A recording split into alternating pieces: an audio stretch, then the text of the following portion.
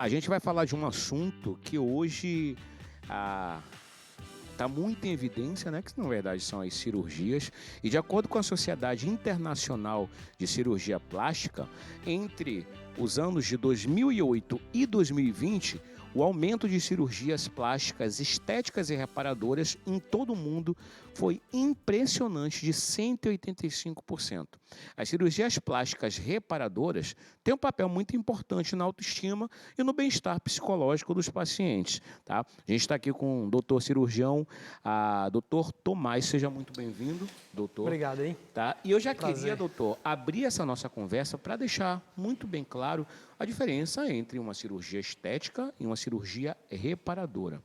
Bom, a cirurgia plástica, ela tem duas vertentes, a vertente da cirurgia plástica estética e a vertente da cirurgia plástica reparadora.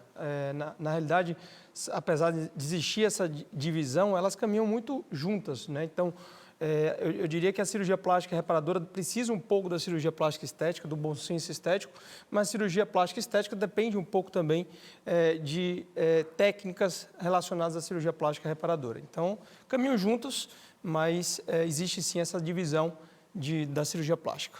Certo. Doutor, me diz uma coisa, o senhor, na verdade, faz os dois procedimentos, né? O estético e o reparador. Qual a maior queixa das pessoas quando procuram, né? Querem mudar o quê? Querem reparar o quê? Bom, na realidade, pensando na cirurgia plástica reparadora, na grande maioria das vezes, as pacientes que chegam até nós, elas vêm encaminhadas por outros colegas, outros cirurgiões que trabalham na área de cabeça e pescoço, que trabalham na área da mastologia, enfim, são ortopedistas. Esses colegas encaminham para a gente esses pacientes para fazer a reconstrução, né? Então, às vezes, eles vão retirar um tumor, como foi esse caso que a gente está demonstrando aí. Então, era uma paciente que tinha um tumor no osso do antebraço, já envolvendo a articulação do punho. Existia uma programação de retirada desse tumor pela equipe da ortopedia em conjunto com a cirurgia de mão. Então, uma cirurgia bem complexa que exigiu aí 7 cirurgiões abordando esse caso em conjunto, né, 9 horas de cirurgia, onde eles retiraram o tumor e a equipe da cirurgia plástica foi responsável por retirada do osso da perna, né? Então, a gente tira a fíbula, que é um osso da perna, juntamente com os vasos sanguíneos responsáveis pela nutrição desse osso, e a gente traz esse segmento do osso justamente para reconstruir aquele segmento do osso que foi retirado no punho. Mas, além disso, a gente tem que pegar o vaso que nutre esse segmento de osso que a gente levou e vamos fazer a anastomose, né? A junção desses vasos no antebraço. Então, a cirurgia é bem complexa, precisa do microscópio, então a gente chama de um retalho microcirúrgico, precisa do microscópio e que exigiu aí de uma equipe multidisciplinar. Doutor, me diz uma coisa, essa cirurgia, né, são cirurgias complexas, o pós, como é que funciona? Tem que ter um acompanhamento, porque eu acredito que isso mexe, né, muito com a autoestima da pessoa, com o empoderamento, com a autoconfiança, né, do paciente. Como que funciona a cirurgia, né? Ela vem a cirurgia propriamente e o pós, como é que se desencadeia isso? Vamos lá, então, pensando na cirurgia plástica estética, toda vez que a gente opera nossos pacientes, essas pacientes elas seguem um pós-operatório fazendo drenagens, fazendo fisioterapia pós-operatória, a gente precisa de uma alimentação balanceada e na cirurgia estética a gente percebe sim essa melhora da autoestima, essa melhora da qualidade de vida. Já na cirurgia plástica reparadora, a gente precisa da associação dessas equipes, então a gente precisa às vezes de fisioterapia para fazer a reabilitação da mão, terapia ocupacional, precisamos de fono quando existe uma cirurgia de cabeça e pescoço, que a gente faz a reconstrução da boca também. Então, nessas situações, a gente também observa uma melhora da qualidade de vida, então a gente possibilita que essa paciente não tenha perda da função da mão, perda da função da boca. Então, às vezes, quando a paciente vai perder um segmento da língua, ela vai, por exemplo, ter dificuldade para falar, dificuldade para engolir, e a gente consegue reconstruir esse segmento da língua, possibilitando realmente devolver a função que essa paciente perdeu. Então, pós-operatório que exige, sim, também uma abordagem multidisciplinar, multiprofissional, envolvendo fisioterapia, fono, equipe médica, justamente para possibilitar uma reabilitação completa dessas pacientes. Pronto, agora já voltando para o campo da cirurgia estética, doutor, Existe hoje uma idade mínima para que se faça uma cirurgia estética? Acredito que porque hoje, né, com o crescimento das redes sociais, então, evidencia-se muito mais, né, a procura, né? Porque como é que funciona também essa questão? Por exemplo, tem criança, né, que sofre com a orelha, né, com, não sei, por qualquer imperfeição que ela não esteja satisfeita. A partir de que idade os pais podem simplesmente chegar, por ser pai, já podem levar para uma cirurgia ou precisa ter uma idade mínima para isso? Perfeito. Então, assim, a gente percebe muito essa questão da idade quando a gente fala da correção da orelha de abano, né, que é uma queixa frequente desses pacientes mais jovens. Em algumas situações, os pais trazem a criança ainda não sofre com aquilo, mas os pais trazem a criança justamente para que ela não sofra futuramente, então que faça a correção da orelha de abano antes. O que a gente sabe hoje da literatura é que a gente precisa ter o crescimento completo dessa cartilagem. Então, na grande maioria das vezes, esses pacientes eu espero um pouquinho mais, então por volta de 5, 6 anos, quando a gente já sabe que a cartilagem já cresceu num tamanho quase completo, e essa criança ela consegue perceber essa alteração nela. Então, quando essa criança percebe essa alteração e ela quer também tratar essa alteração, eu acho que é o momento ideal. Então, hoje, na grande maioria das vezes, a gente trata essas orelhas de abano por volta de 7, 8 anos, quando as crianças já têm um crescimento completo da orelha e elas têm essa percepção de que realmente isso incomoda ela. Agora, além da orelha, o que a gente vê também, a gente percebe, são adolescentes, por exemplo, mulheres que têm uma mama do tamanho muito aumentado e que isso incomoda ela, né? Então deixa ela muito insatisfeita com o tamanho da mama, com os colegas que também não têm aquela mama igual a dela. E a gente, nessas situações, pacientes, a gente sabe que elas já chegaram a um crescimento da mama por completo, a gente também indica a mamoplastia redutora e que vários estudos demonstram para essas pacientes uma melhora importante de qualidade de vida, uma melhora importante de autoestima. São outros pacientes adolescentes. E, por último, o que a gente percebe no sexo masculino, são pacientes do sexo masculino que se queixam também de um aumento mamário, que a gente chama de ginecomastia. Então, esses pacientes também acabam sofrendo bullying na escola e sofrem com isso. Então, esses são pacientes que a gente percebe a melhora importante também dessas queixas após a cirurgia. Pronto. E o contrário? E o silicone? Existe uma idade mínima? Como é que é isso? Então, apesar de não existir...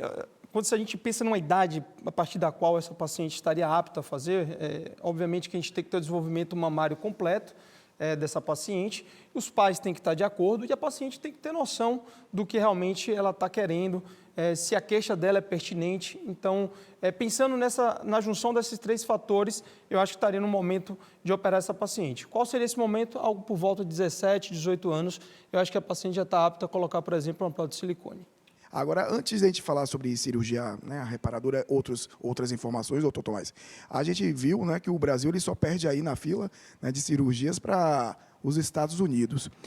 Os procedimentos estéticos, preenchimentos, botox, todos esses procedimentos estéticos que vieram para a melhoria, né, da estética aí, eles fizeram com que a cirurgia plástica mesmo, eu falo até de rosto, ela perdesse aí alguma colocação, as pessoas primeiro procurassem esses procedimentos para, né, depois procurar uma cirurgia plástica? Bom, excelente posição. Na realidade, sim, eu acho que houve uma procura maior por procedimentos não invasivos. Hoje a gente tem alguns procedimentos como toxina botulínica, o preenchimento com ácido hialurônico, os bioestimuladores de colágeno, os ultrassons microfocados.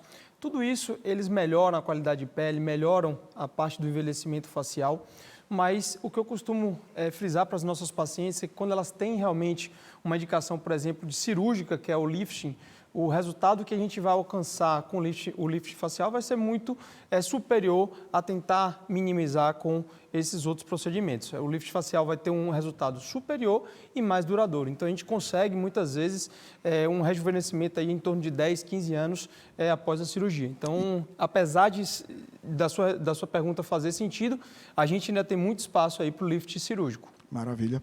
O cliente, né, o paciente hoje, ele é mais o homem ou a mulher que vai fazer esse lift aí? Então, o nosso consultório ainda tem uma predominância de mulheres, né? Então, no dia a dia a gente tem quase 90% do nosso consultório feito do sexo feminino. Então, a procura ainda pela cirurgia estética, a procura pela cirurgia plástica estética ainda continua sendo mais procurada pelas mulheres, apesar de a gente perceber recentemente um aumento cada vez maior da procura da cirurgia plástica pelo sexo masculino, tanto para fazer lipoaspirações, quanto para o tratamento, por exemplo, de ginecomastias e outras alterações também que incomodam os homens. Agora, uma curiosidade, como é para o senhor, né, um profissional, ter que conversar, às vezes, né, com um paciente, uma paciente, e aconselhá-la a não fazer por conta de excessos, por conta que já fez alguns procedimentos, achar que o caminho, né, não é esse. Os pacientes escutam, assim, ou tem aqueles realmente que querem e, geralmente, uma vez por ano, a cada 2 anos, fazem um procedimento e perdem a mão, né, assim, no sentido de não querer parar mais. O profissional como o senhor, né, de ter essa conversa, esse alerta com o paciente, como é esse momento? Perfeito. Na realidade, assim, o que a gente percebe é que algumas dessas pacientes elas vão escutar o que a gente tem para falar e falar, nesse momento não está o momento ideal de fazer esse procedimento, já está um pouco acima do que a gente pode te entregar, então acho que a partir desse momento realmente vai ser algo que não vai ficar legal. Então, algumas pacientes aceitam isso, mas o que a gente percebe é que algumas pacientes elas não aceitam o que a gente fala e como a gente não vai realizar, elas vão procurar outros profissionais. E esses outros profissionais, segunda opinião, né? Uma segunda opinião, e aí essa segunda opinião pode ser a mesma que você deu ou pode ser diferente. Então, eu acho que tem que existir o bom senso do médico e o bom senso da paciente. Eu acho que tem que existir as duas coisas. Agora, o doutor Tomás falando aqui sobre, né, a cirurgia reparadora, tem uma cirurgia que me chama sempre muita atenção, que é a retirada de excesso de pele, né, para os pacientes que foram obesos, né, fizeram aí a bariátrica, perderam muito peso e ficaram com aquele excesso de pele. A gente já acompanha na internet aí relatos impressionantes, né, de pacientes que fizeram e mostra todo o passo a passo, né, as cicatrizes, às vezes mínimas, que ficam, e mostrando o que acontece, o pós-operatório, que às vezes tem aí uma dificuldade de algumas pessoas de cicatrização e tudo mais. É uma das cirurgias, não digo mais complicadas, mas assim, para o paciente que psicologicamente, de uma certa forma, está mudando, né, e um pouco mais abalado também por ter perdido muito peso. A gente sabe que isso mexe, o pós-operatório precisa aí de um acompanhamento psicológico. Como é que é o universo dessa cirurgia? Bom, eu diria que a cirurgia plástica reparadora pós perda de peso, né, pós perda ponderal maciça, ela faz parte de um conjunto do tratamento do paciente da obesidade. Sim. Né? Então, o primeiro passo lá foi a perda de peso através da cirurgia bariátrica e todo o acompanhamento psicológico, como você falou. E aí, em seguida, vem, eu diria que o tratamento dessa sobra de pele que ele ficou. Né? Então, assim, essas pacientes que a gente acaba acontecendo é que em algumas situações o convênio acaba não liberando algumas dessas cirurgias, e essas pacientes têm uma briga hoje, algumas dessas pacientes acabam brigando, né, judicialmente com os convênios, e a gente, no pós-operatório dessas pacientes, a gente acaba operando, a principal cirurgia que elas buscam é a abdominoplastia após perda de peso, associada à mamoplastia, a cirurgia de pele do braço e a cirurgia de pele da coxa. Então, essas são as principais cirurgias. Geralmente, a gente não faz todas as cirurgias no mesmo tempo cirúrgico. Era então, isso que eu ia questionar. Todas não são feitas no mesmo momento, não? De jeito nenhum. A gente sempre costuma dividir, até por uma questão de segurança e uma questão de conforto pós-operatório desses pacientes. Então, a gente geralmente costuma dividir em 2 ou até mesmo em 3 etapas. E nesse pós-operatório, a gente tenta realmente fazer cicatrizes cada vez menores, mas a cicatriz quando você tem um grande excesso de pele, ela acaba ficando também um pouco maior do que o habitual.